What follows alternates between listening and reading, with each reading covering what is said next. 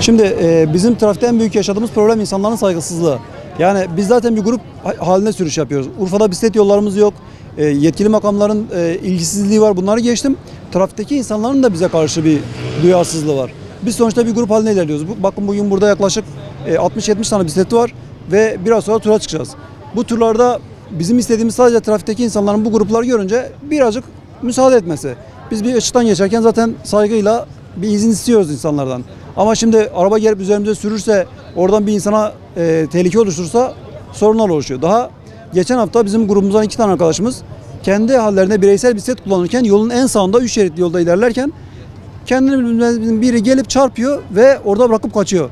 Sonra Allah'ın işi ya, gidip ileride kendi başına daha büyük bir kaza yapıp aynı bizim düştüğümüz hastaneye o da düştü. Adam geldi, doktorun biri, uzman doktorun biri, düşünebiliyor musunuz? Bisikletiye çarpıyor ve olduğu yerde bırakıp 2 tane bisikleti kaçıp gidiyor. Böyle bir şehirde yaşıyoruz.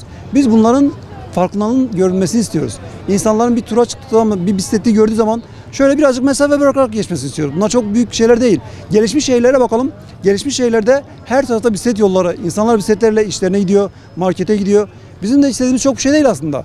Buradaki insanların gönül rahatlığıyla bir marketine gitsin, fırına gitsin, çocuğuyla birlikte bir okuluna gitsin gelsin. Ya okula giden bir tane bisikletli çocuk gördünüz mü? Göremezsiniz çünkü bu insanların saygısızlığından kaynaklanıyor. Biz tam 11 yıldır bu işe gönüllü olarak kendi zamanımızdan, imkanlarımızdan, maddiyatımızdan fedakarlık yaparak çabalıyoruz. Hiçbir gelir elde etmiyoruz, etmemiz de mümkün değil zaten yani. Ne ki sadece şehrimiz birazcık gelişsin, bu konuda bir ilerlesin. Ama ne yazık ki geçen hafta yaşadığımız kazadan sonra bizim de ümitlerimiz tükeniyor artık. Ne yapacağımızı bilemez durumdayız. Özellikle yetkililerimizin şehrimize çok acil şekilde, yani eski yolları geçtim, yeni yapılan yollara bari bisiklet yolları yapılsın. 4 şeritli yol yapıldı Eyüpiye hastanesine gidiş geliş. Bir bisiklet yola eklenmedi. Hadi buradaki yollarımız, eski yollarımız zaten sıkıntılı. Bunları ekleyemezsiniz, kabul ediyoruz. Ama bari yeni yapılan yollara yapılsın bu bisiklet yollara. Bununla ilgili çok ciddi bir destek ve çalışma bekliyoruz. Valiliğimizden olsun, büyükşehirimizden olsun, ilçe belediyelerimizden olsun. Bu destekleri artık görmek istiyoruz biz yani.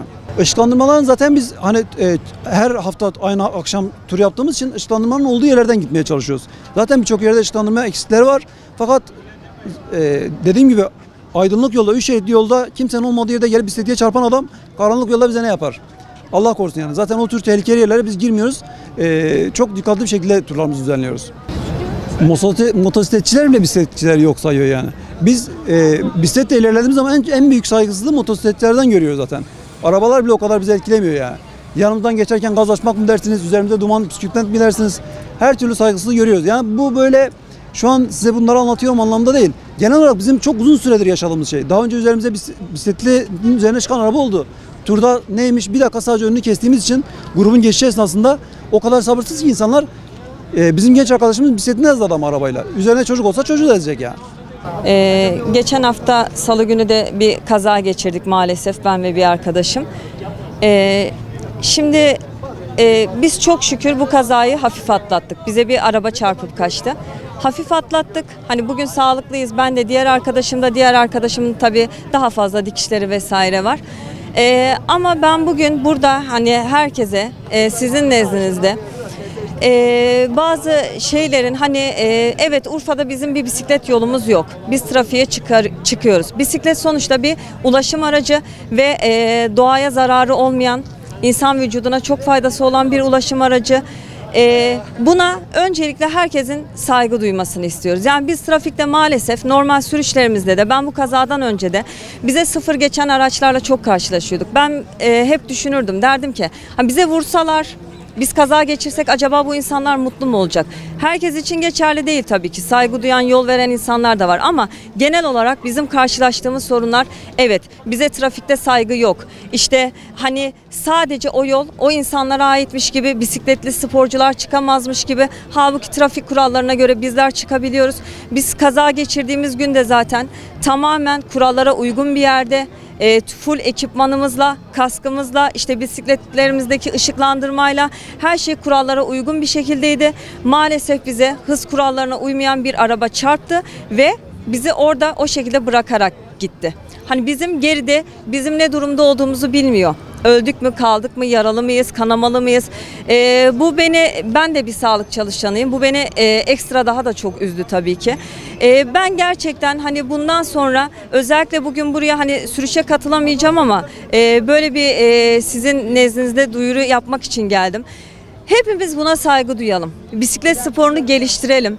Trafikte lütfen bisikletli, motorlu arkadaşlarımızı gördüğümüz zaman saygı duyalım. Onlara da trafiğe çıkma hakkı tanıyalım. Onları gasp ederek, yol sadece bize aitmiş gibi davranarak onları tehlikeye atacak hareketlerden kaçınalım.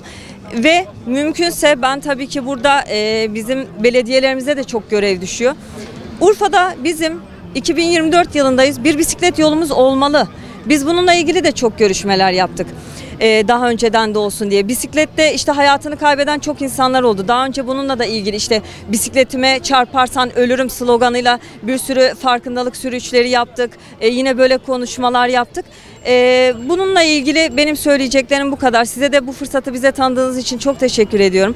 Bundan sonra da gerçekten ben kendi adıma kulübümle de ne yapabilirsek gerçekten bu duyarlılığı toplumda oluşturmak istiyorum. Bununla ilgili dediğim gibi fırsat verdiğiniz için sizlere de çok teşekkür ederiz. Çok sağ olun. Bisikletçiler Urfa'da yok sayılıyor. Motorcular gibi aslında motorculardan da daha beter haldeyiz. Çünkü insanların davranışları, bizlere göstermiş olduğu tepkileri, özellikle de saygısızlıkları üst dereceyi almış ve bu konuda yetkililerin bir şey yapmasını talep ediyoruz.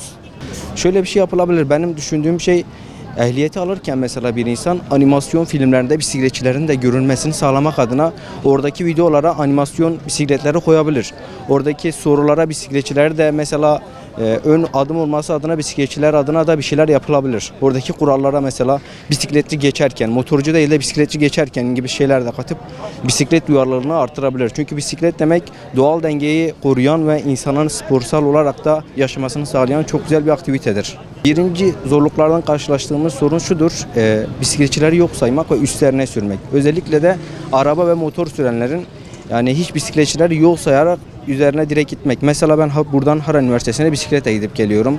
Yaklaşık bir 50 kilometrelik yoldan gidip geliyorum ve burada hiçbir yol yok. Bisiklet yolu olmadığı için ben yolda çok sıkıntı yaşıyorum. Birkaç sefer ölümden döndüm. Çünkü bizim duyarsızlığı, daha doğrusu insanlarımızın ve hiçbir trafikteki denetim olmaksızın bisikletçileri yok sayarak üzerlerine doğru sürmeleri hiç doğru bir şey değil ve ben çok sıkıntı yaşadım ve ben korkarak gidip geliyorum.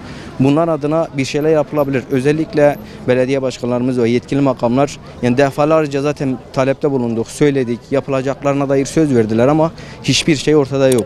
Bunun en kısa zamanda yapılmasını önemli arz ediyorum.